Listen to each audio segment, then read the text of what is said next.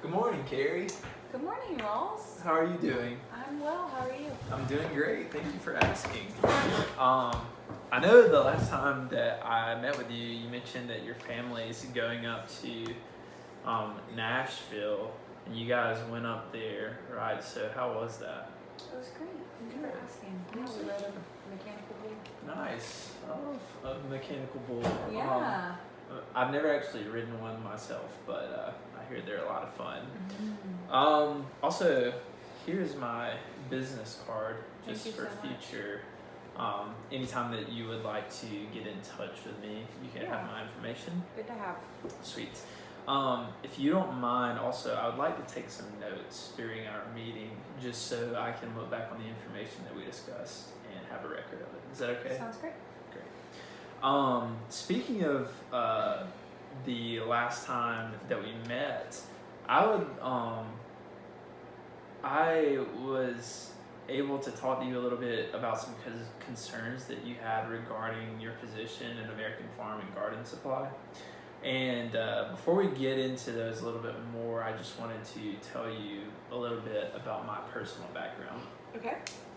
So I've been with Salesforce for 5 years now, and within the past 3 years, I've actually become one of the top sales representatives for the company with over $3 million in sales. Wow. Yeah. That's awesome. Yeah, super excited about it. But if all is covered, we'll go ahead and get started. Is that okay? Yeah, that sounds great. Great. Before we go there, though, is there anyone else that you would like to sit in on this meeting? I think that's good. Amazing. Just us. Great. So let's get started. So you know that I work with a handful of companies that are similar to you all and your company, including some of your top competitors like Lowe's and Home Depot. Mm-hmm. So with that being said, I'm very well versed in your field, and I know a lot of the similarities of the other companies, but I know there are things obviously that make you at American Farm and Garden Supply very unique. Mm-hmm. But going off of that, I understand that your company had a total revenue of, it says here in my notes, $518 million last year, which was actually 12% above what you made in 2017. And I spoke with your financial and purchasing officer, Tom James, who mentioned that you all are on track to actually go well over that from this year's revenue. And so with all that being said, I've actually created an agenda here that addresses some of the things that we talked about in the last meeting. And just to run over those again, one of these is struggling with order tracking and sorting through client data. When implementing this new technology, has the ability to not only be incredibly beneficial to yourselves, but also your company. And we're going to touch on the overall accessibility of Salesforce as a cloud-based system. And then finally, we're going to talk about the communication lag with the size of your company and the 6 current stores that you have. The communication between those stores is key, especially in the process from sales to getting those delivered to customers. So is there anything additionally that you could identify as far as problems go?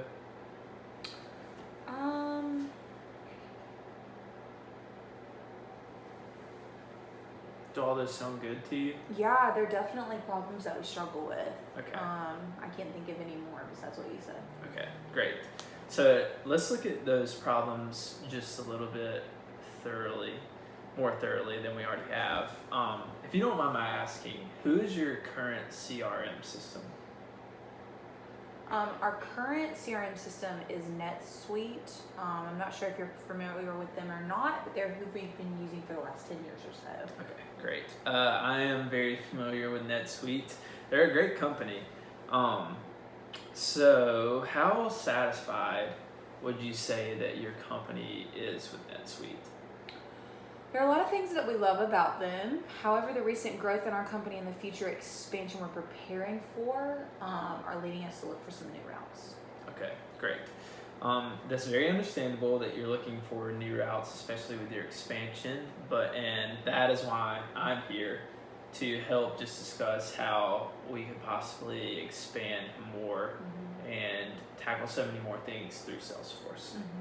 So now, how have these differences that you all have been facing with NetSuite affected your overall company operations as a whole? Good question. With the current issues we're facing, such as tracking client orders, sorting through client data efficiently, etc., with our growing size of our company, it seems like we're growing too fast for NetSuite to offer us what we truly need anymore. Well, I certainly understand that. So hopefully we can talk about some of the capabilities of Salesforce so that we can move on from that. Now, I know from our discussion in last week's meeting, and through communication with your merchandising officer, Bill Jackson, one of you all's largest concern is the inefficiency of the order tracking that you're facing. So as far as order tracking goes, what would you say are your major concerns regarding that process? So our largest concerns with the order tracking process is that they're becoming discouraging for our employees, and I would even go as far to say our customers. We understand when the order is placed, but there's this disconnect where we can't even see with our own systems how these orders are going along. We get call after call with concerns from clients. I understand that. That is a very valid concern to have so many hiccups in the process. So how does your current situation for evaluating your product life cycle affect the overall relationship between the customer and the client? It's become pretty stressful with AFGS as clients have become frustrated, wanting to know more about the tracking details, and with our current CRM, everything has been unorganized. I understand that this order tracking can be a very stressful thing for the customer at large, but also for the company as well. Because whenever you don't have the answers, whenever customers are constantly calling it can be a very big hassle. And so with that being said, due to that very stressful situation that you were just describing, do you think there's any lack or even a lag of communication between your departments that is adding even more so to the problem? And do you see that problem persisting in any department more than the other ones? Yeah, so it's interesting that you say that because there has been some lag between our departments because people are stressed out covering so many different jobs that really aren't in their job description, and everyone's essentially walking on eggshells. So it's been pretty stressful overall, and that stress kind of permeates most of our departments, but there's kind of especially tension built up in the sales department. That's at least what I'm seeing. Okay, great. So have these problems led to an increase in your employee turnover rate at all? Yeah, actually, I recently had a meeting with our financial and purchasing officer, Tom James, and as we were going through some numbers, it turns out that we're actually facing a 5% increase in the number of employees turned over. Okay. So with that being the case, not to alarm you, but I actually spoke with Tom as well. And from some of the information that I got from him, I was able to calculate the cost of the potential revenue loss per employee with the increased 5% turnover rate. And so if you'll see here, I actually calculated that if one employee were to leave AFGS, then that would cost the company essentially $7 million per lost employee. And then if you were to calculate that for the 6 retail locations that you do have, if an employee were to leave every single one of those, that would total up to $42 million. So those are some big bucks. I think we can both agree on that. So would you agree that that would be about the size of the potential loss, or am I over exaggerating? I can see that's a very large concern. Do you really think it's 42 million? I really do think it's 42 million, but if not, it is at least around half that at 22 million. or wow, all that 6. is substantial. Yeah, I can understand how that probably felt very alarming for you to see that number. And so it is my main concern here to get you back to a place where the employee retention rate is high. So to move from the negative to the positive. More importantly, to make sure that you all are in a place where there is a point you can come back from all of this before it's too late. And thank you. yeah, of course. So a good thing is that it is possible to come back from all of this. I've seen firsthand some of the top competitors in your market deal with some of the same problems, from Lowe's to Home Depot, and they've been able to combat those issues immensely due to our cloud-based system. And that is one of the biggest benefits with Salesforce compared to the other CRM systems, that it is a cloud-based system. So it's as easy as a person who has a license simply having Wi-Fi, and then you're able to log into the system. Anyone can do it from anywhere, which is a lot different from the other systems, because they have to have their own monitors, they have to have them installed, they have to have their own tech people to be assigned to keeping those up to date, and it's just a lot of hassle. So the ability for someone with simply Wi-Fi to log on is very nice. So with that being said, I think our lightning order management and communication enhancement will get you where AFGS strives to be. And I'll just show you, I have Salesforce pulled up right here. I'll just show you a little bit of the features on here. One of the cool things is we talked a lot about how your company really struggles as far as communication goes, even as far down to the client level. And so one of the really cool things about Salesforce is that there's actually a chatter feature, and I just have this pulled up right here, where you can go in and essentially ask anyone in any department what you would like for. If you have a question and you need it to be answered, you can send it in chatter, and it can actually be sent out to a single person or to multiple people.